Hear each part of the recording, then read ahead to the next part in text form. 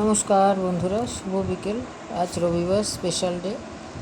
আজ আমি রুই মাছের মাথা দিয়ে মুগের ডাল করলাম, তাই ভাবলাম ভিডিওটা আপনাদের সাথে শেয়ার করি। যে চলুন দেখবেন আমি কিভাবে করছি। পরে আপনাদের যখন সময়ের মতো লাগবে তখন করে নেবেন। গেস্ট আসলেও খেতে করে দেখবেন, খুবই সুস্বাদু। তাহলে চলুন দেখি কীভাবে করছি। প্রথমে আমি 150 গ্রাম মুগ ডালকে শুকনো খোলায় ভেজে প্রেশার কুকারে একটা সিটি মেরেছি।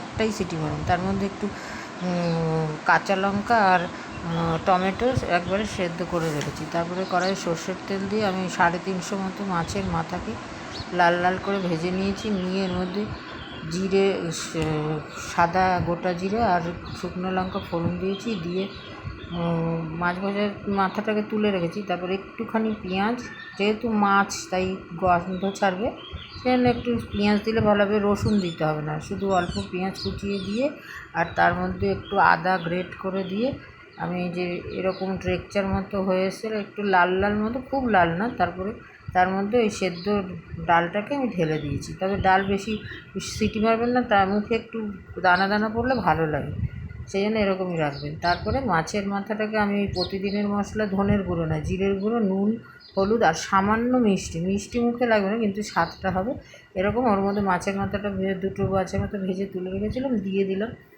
দিয়ে এবার ফুটতে দিলাম। ফুটে যখন টেক্সচারটা ঠিক এরকম ঘন ঘন মতো হয়ে আসবে, তখন আমি ওর মধ্যে গরম মশলার গুঁড়ো আর একটুখানি ঘি দিয়ে, ওটা আমি তুলতে ভুলে গেছি, তো গরম গরম পরিবেশন করলাম। আপনারাও খেয়ে জানাবেন কমেন্টে